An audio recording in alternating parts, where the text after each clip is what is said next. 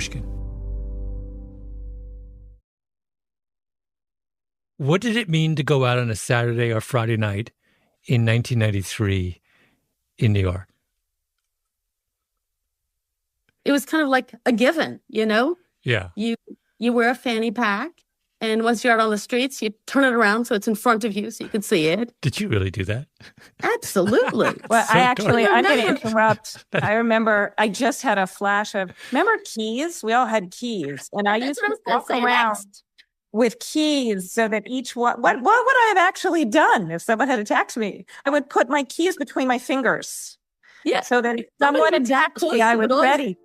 Not long ago, I called up two friends who I used to hang out with when I first moved to New York City in my 20s, Peggy and Erica. Back in the 90s, we were all young and footloose and on edge. I seem to remember that at the end of every evening, there was a discussion about we all had to talk about everyone's plan for getting home. Do you remember this? And if you didn't, who did and didn't have money for a cab? Did anyone, under what circumstances would you take the subway on a Friday night after dinner? If you were in a large group. Only if you're in a large group. A large group, and it was like a little adventure. So 6 people would all get on the subway late at night, and you felt like you were being adventurous. Yeah, thinking back on it, it felt very collegial. We did things as a group. Yeah, you had to. And you were never left alone. The New York City of that era was one of the most dangerous big cities in America. The subway was filthy. There was graffiti everywhere. There were 2,262 murders in New York in 1990, more than 6 a day. Were we personally at risk? I don't know, but it felt like crime was all around us. You know, someone would always say, hey, don't worry, I'm walking you home. We were never allowed to walk alone. Yeah. Even on That's right. People would walk me home just because you didn't want to be by yourself as a woman. When you went on a date, even if it was a disaster, you had to walk the woman home. Right. Which is like so insanely awkward. You're like, oh, you. We were, independent women. But once the sun went down, you never walked alone. Let's talk about how it gets better. I just remember that all of a sudden, all of the precautions seem to go out the window. Right. And it's true. Statistically, we know by 97 or 98, the murder rate has dropped. I remember this. I had a bedroom when I was living in that walk up on Bank Street. My bedroom window overlooked the fire escape, and I had previously been too scared to open my window at night, and then I started to open my window at night, so that technically someone could have walked up the fire escape and walked in. But I was like, it's fine now. I can sleep.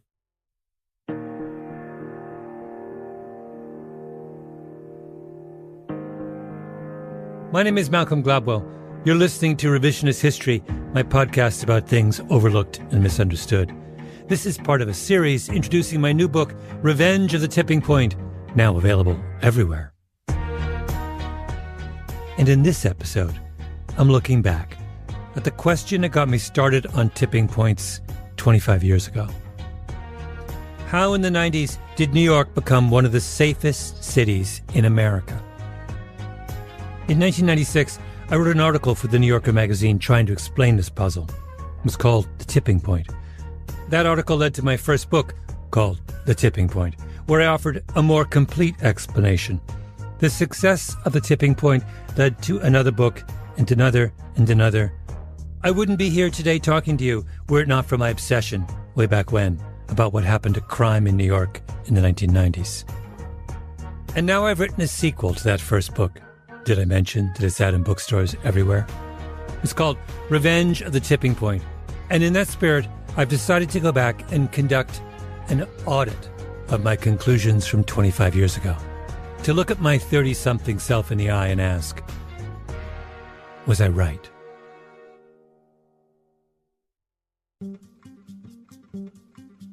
Back in the 90s, I used to go to New York University's library all the time to look for ideas. Bobst, a big, squat red stone building on Washington Square in Greenwich Village. This was before Google So I was my own search engine. I'd wander the stacks for hours. And one day, I was on the 5th floor in the HM1.A6 aisle, and I started leafing through the back issues of the American Journal of Sociology from 1991. And I found a paper written by a professor named Jonathan Crane, entitled The Epidemic Theory of Ghettos and Neighborhood Effects on Dropping Out and Teenage Childbearing, a choice of words no one would use today. This is how it started. The word epidemic is commonly used to describe the high incidence of social problems in ghettos.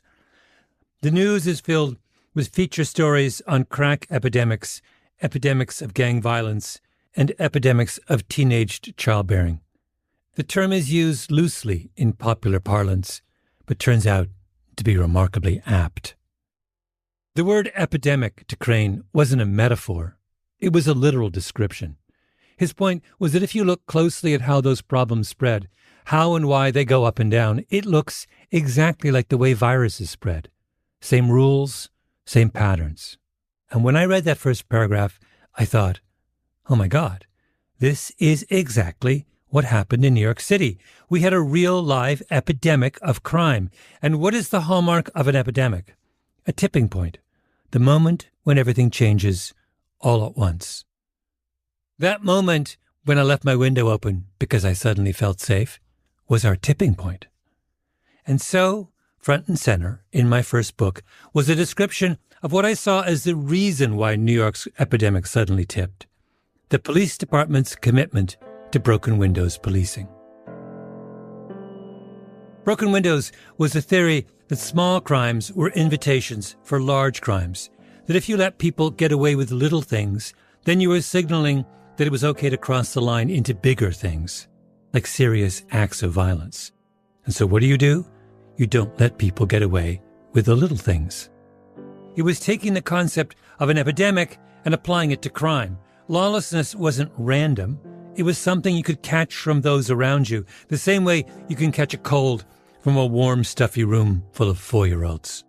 If somebody urinates in public, the person is telling you, I got a big problem.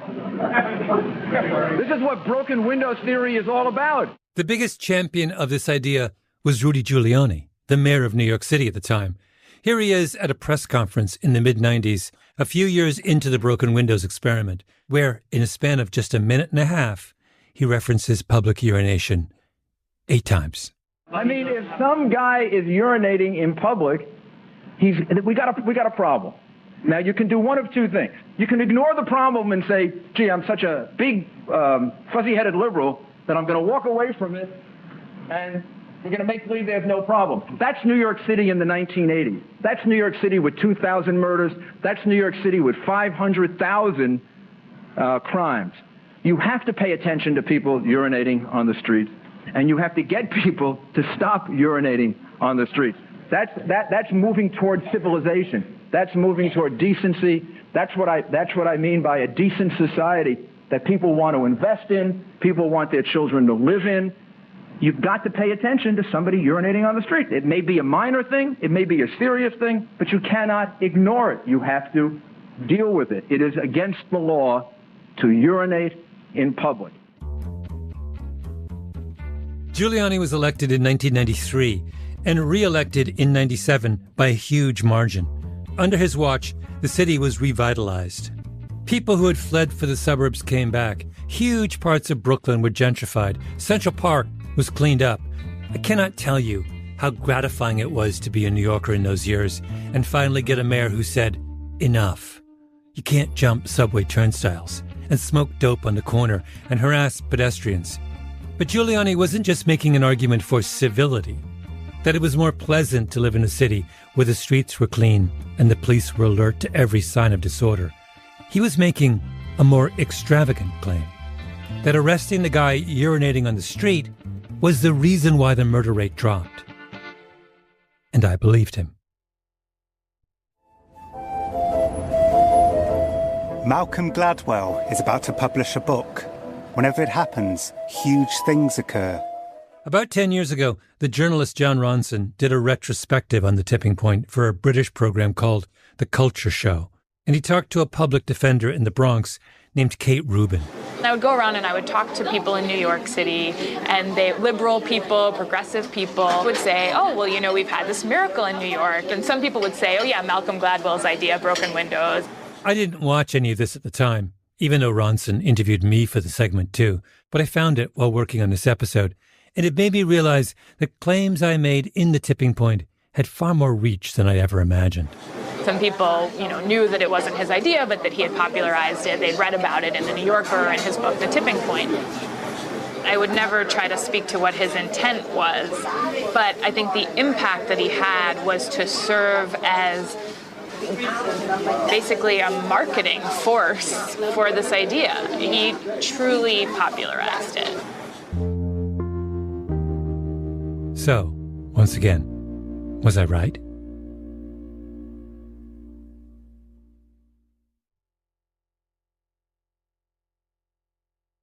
On the afternoon of February 27th, 2008, a young man named David Floyd left his apartment on Beach Avenue in the Bronx.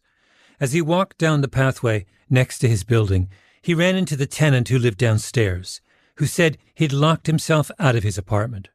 I was leaving my apartment to actually go to school. Heading to school, I had my book bag on, everything that normal students do as they're going to school.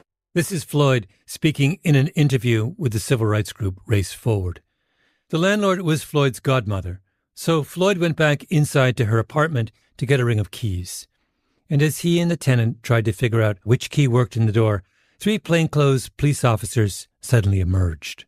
There had been reports of burglaries in the neighborhood, and here were 2 young men trying to get into a locked apartment. We were stopped. We were, of course, told to put our hands up, to stay where we were. This was how the police put broken windows into practice. Don't let the little things pass you by. Be aggressive. Check for weapons, drugs. Maybe you find them. Maybe you don't. But if you do that enough times, then young men leave their guns and drugs at home. Floyd had actually been stopped the previous April while walking down the street, followed by 3 officers in a van who jumped out and confronted him. And again, it was just the whole experience is humiliating, it's embarrassing, and really, it doesn't matter what kind of person you are, how tough you are, whatever. It's a scary thing because you don't know what is going to happen with your life. You don't know what's going to happen with your freedom. Floyd becomes the face of a massive class action lawsuit, Floyd v. the City of New York, challenging the NYPD's policy of stop and frisk. And in 2013, Floyd wins. In a shocking ruling, a federal judge said the NYPD's use of stop and frisk was unconstitutional, effectively ending the broken windows era in New York City policing. Yes, it still happens today, but not in the way that it did 10 years ago, not even remotely close. It's no exaggeration to say that this was one of the most consequential court cases in the city's history. A lot of people at the time, and I think, not without reason, said, wow, this is going to compromise public safety. This is Aaron Chalfin, who's part of a group of criminologists who have devoted themselves to understanding what exactly happened in New York. The police are no longer going to be able to make a lot of stops and really show people that they were being proactive. So that might embolden more gun carrying, more violence, more homicide. When Chalfin says that at the time a lot of people thought ending stop and frisk was going to lead to crime going back up, he means everyone. City government, the police force, pundits of every variety. That's what I thought too. What everyone was saying in effect was this: yes, doing hundreds of thousands of police stops a year of young men like David Floyd, who may be doing nothing more than helping out a friend, is unfortunate. But being killed is a lot worse. And since this is what's keeping the crime rate down, we don't have a choice. That was the calculus. Even the judge in the Floyd case begins her ruling by making the same point. I emphasize at the outset, as I have throughout the litigation, that this case is not about the effectiveness of stop and frisk in deterring or combating crime. This court's mandate is solely to judge the constitutionality of police behavior, not its effectiveness as a law enforcement tool.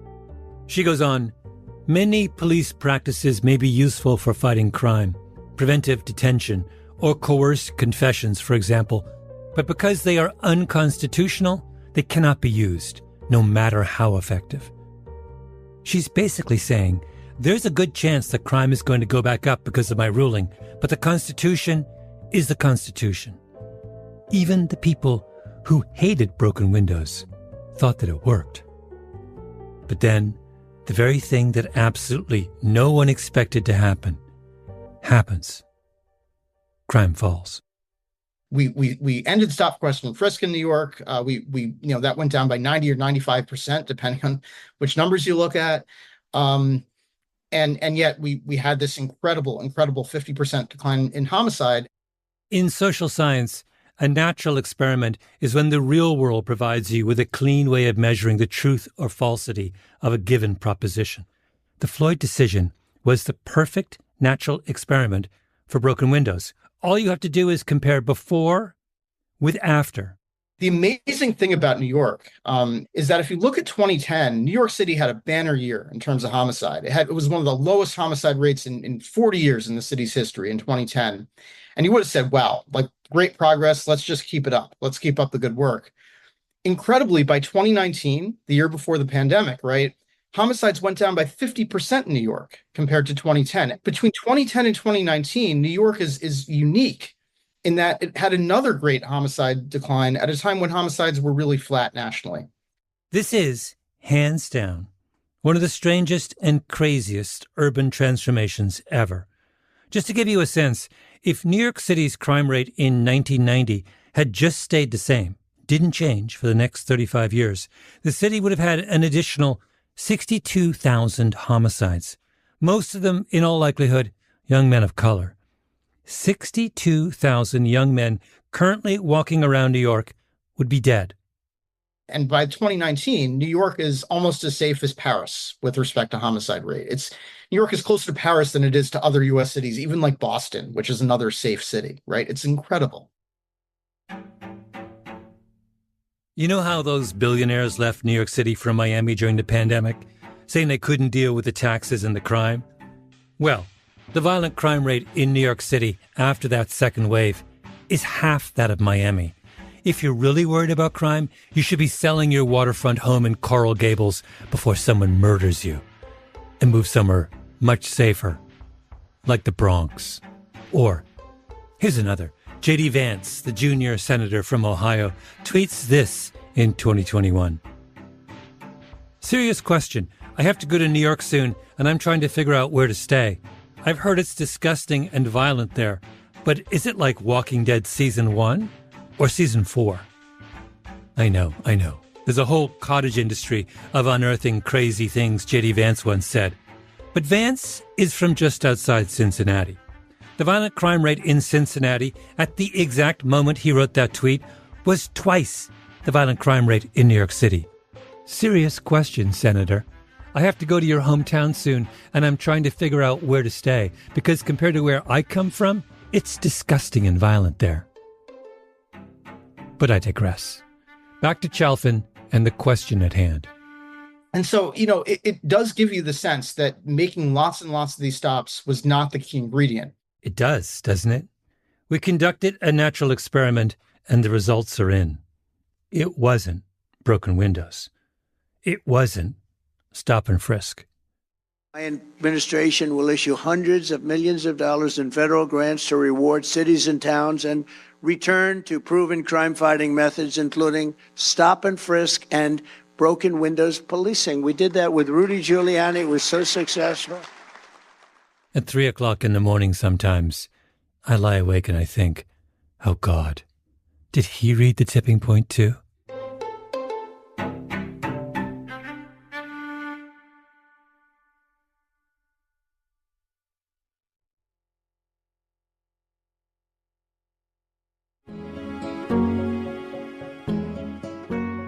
I don't reread any of my books once I've written them, particularly ones from 25 years ago, like The Tipping Point.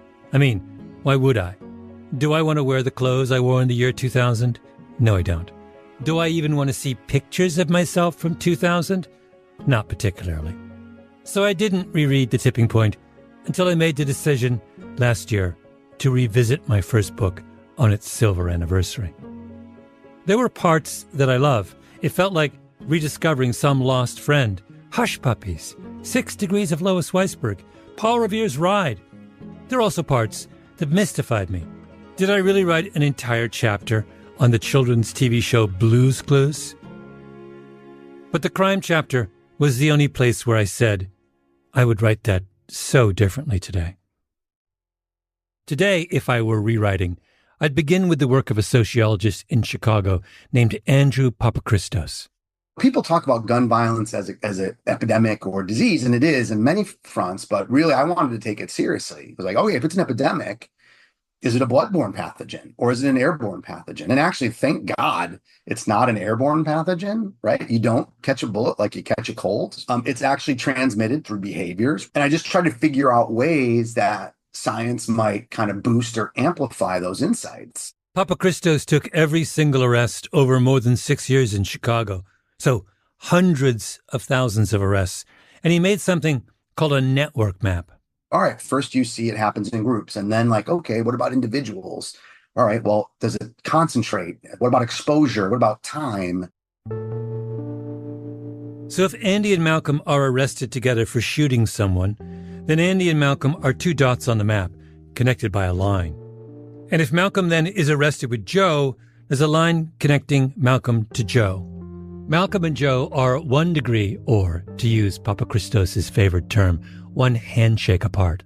Joe and Andy, 2 handshakes apart. You do that for years and years of Chicago arrest data, and you get a truly enormous map. You have this very, very large network, right? And then what you do is you sprinkle in the victimizations, which come from a separate source of data, right? They come from homicide records, they come from shooting files, police, public health. He took the names of everyone who had been shot over the same period and looked to see how many of those names were in his network map. And what he found was the victims were already there, and they were clustered together. You just match the data, and every place where there's a shooting, the victim's bright red, for example. And then what you see is that these bright red dots all linger together, all clumped together, right? Like your kid took a handful of Christmas ornaments and like threw it at the tree and they're all in one spot. It looks just like the social maps epidemiologists used to construct for the spread of HIV in the 1980s. If someone in your social circle got infected with HIV, then your chances of becoming infected with HIV increased. In Papachristos' maps, the risk of contagion extended 3 degrees. If Malcolm gets shot, Andy is at risk, and so is Joe. And so are any people Andy and Joe were arrested with. Like other social networks, the impact of these shootings tends to go about 2 or 3 handshakes, and then it starts to kind of drop off. So these clusters are fairly dense, and they stick around. So hold on, this is crucial. So I've got my social network map, and I'm sticking in all of the shootings into the, and I've noticed that the shootings are clustering.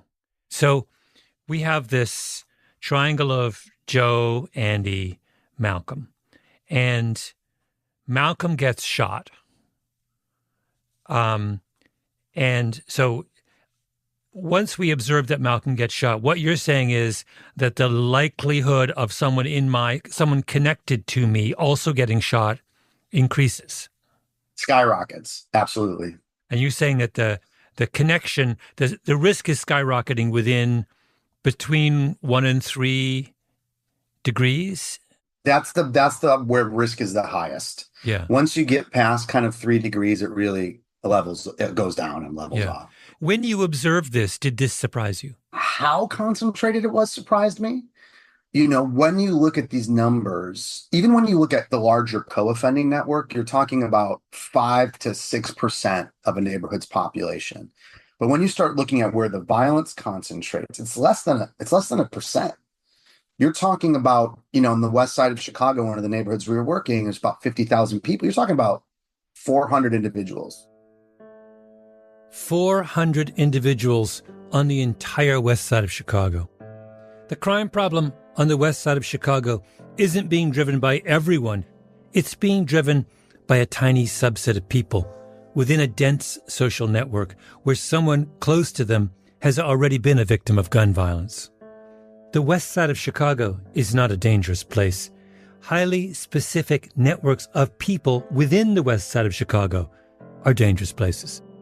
The same pattern holds true in New York City. Why wasn't stop and frisk an effective strategy in the end? Because it assumed that violent crime was something embedded within an entire community. And it's not. Even the NYPD's own numbers said so.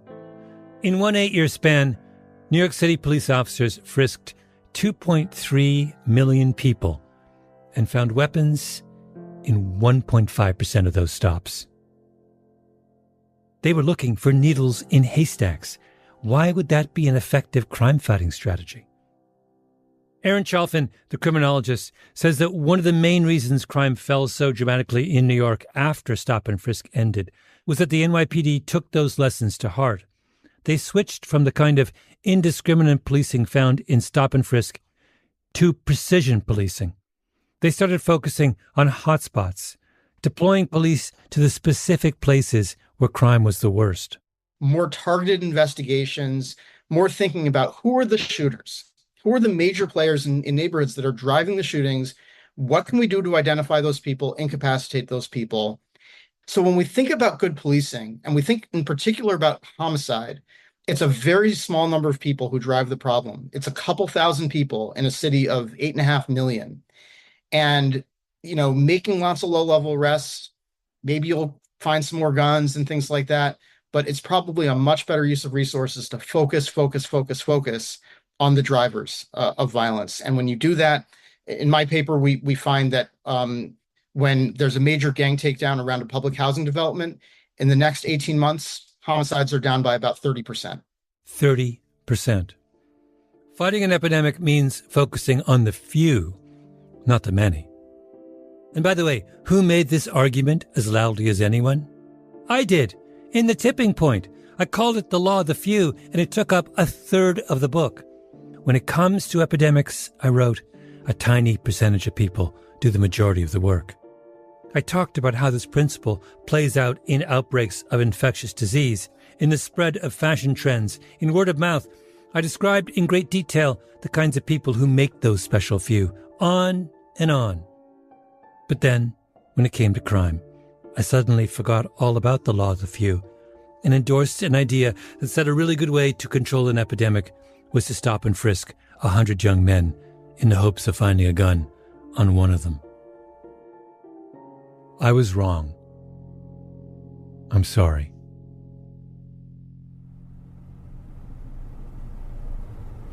So, I don't know, feel free to ask us any questions. Or There's one more thing I would do if I were rewriting the crime chapter. I would talk about Philadelphia and about a day I spent recently driving around the city with a guy named Keith Green. So where are we headed? So we're going to be driving in like the West Philadelphia area. Green works for the Pennsylvania Horticultural Society, a group that was founded in 1827 and is best known for putting on the world's largest indoor flower show. And for 2 hours, we talked about vacant lots. 30,000? Yeah, there's over 30,000 vacant parcels in the city of Philadelphia. Yeah. There were blocks we drove past that had 2 or even 3 vacant lots. Every block seemed to have at least one. In the past, they were overgrown with weeds, covered in trash, home to rats and raccoons and possums. And what Green's group has done is to systematically work its way through the city, cleaning up the lots, planting grass, putting up low fences. And we started seeing a dramatic change. Lots were being maintained. People started using the lots, and when you say people started using them, how were they using them? Well, kids were playing football. People were having barbecues on the sites. Horses grazing on vacant lots. Horses? Yeah, horses. In the history of the program, they've cleaned up 17,000 lots. Charles Brannis, the pioneer of the work, led a study to see if cleaning up vacant lots lowered the homicide rate. When you fixed up a neighborhood, what happened to gun violence? It went down 29%. Now, what's the best way to describe this kind of anti-crime intervention? It's broken windows. Only not broken windows as a grand metaphor, as a hysterical leap that sees a man urinating on a sidewalk and says we have no choice but to lock him up. No. Broken windows as a literal call to action. You see the lot full of weeds and trash, and you pick up the garbage and mow the grass and put a fence out front.